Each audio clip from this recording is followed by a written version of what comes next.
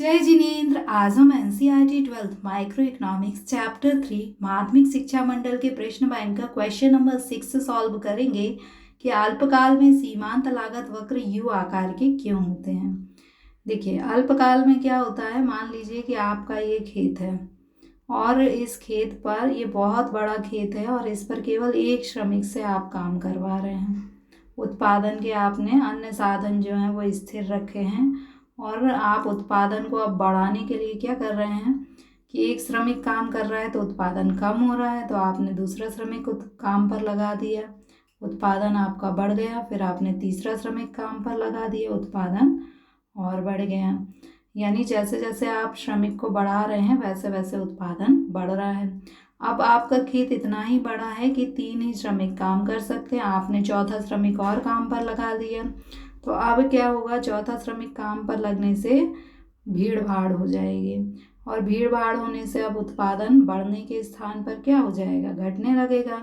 तो आपका पहला, दूसरा और तीसरा श्रमिक काम पर लगने पर उत्पादन बढ़ रहा था और अब क्या है, चौथा श्रमिक काम पर लगने से उत्पादन घटने लगा, और लगा दोगे तो उत्पादन और घटेगा। यानी अब आप देखिए, जब उत्पादन बढ़ता है, यदि मान लीजिए आप लागत लगाते हो और उत्पादन बढ़ता है तो आपकी लागतें क्या हो जाती हैं, प्रति इकाई लागत कम हो जाती है। मान लीजिए कि आप 1 रुपये में 10 वस्तु बना पा रहे थे, मान लीजिए आप 2 रुपये में क्या था, 10 वस्तु बना पा रहे थे।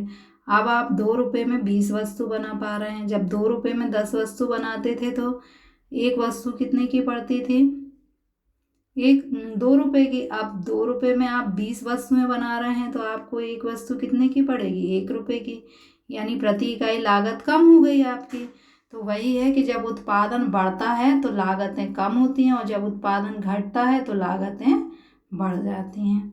तो इसी कारण जो सीमांत लागत वक्र होते हैं अल्पकाल में पहले तो घटते हैं, लागतें घटती हैं और इसके बाद आपके तीसरे श्रमिक पर अनुकूलतम संयोग हो गया था और इसके बाद भी यदि आप श्रमिक को बढ़ाते हैं तो आपके लागत क्या होती है, बढ़ने लगती है।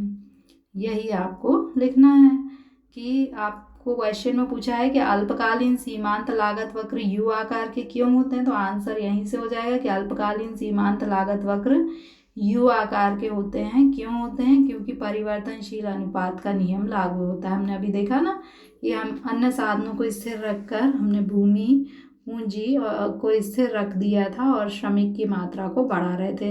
ये क्या होता है, परिवर्तनशील अनुपात का नियम, कि हम अन्य साधनों को स्थिर रखकर किसी एक साधन की मात्रा में यदि वृद्धि करते जाते हैं तो अनुकूलतम संयोग के पहले तो लागतें क्या होती हैं, घटती हैं और अनुकूलतम संयोग के बाद यदि हम साधन को परिवर्तित कर देते हैं तो लागतें बढ़ने लगती हैं।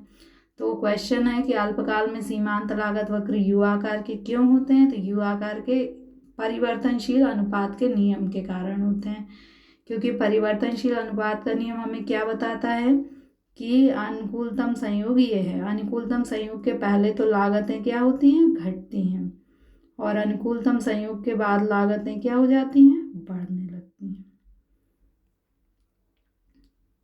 Why are the marginal cost curve of U shape, marginal cost जो कर्व है जो शॉर्ट रन में यू शेप का क्यों होता है, because of law of variable proportion, जो वेरिएबल प्रोपोर्शन का लॉ है उसके कारण। क्योंकि वेरिएबल प्रोपोर्शन का लॉ हमें क्या बताता है कि जो ऑप्टिमम कॉम्बिनेशन है उसके पहले तो कॉस्ट डिक्रीज होती हैं और उसके बाद कॉस्ट जो है वो इंक्रीज होने लगती हैं।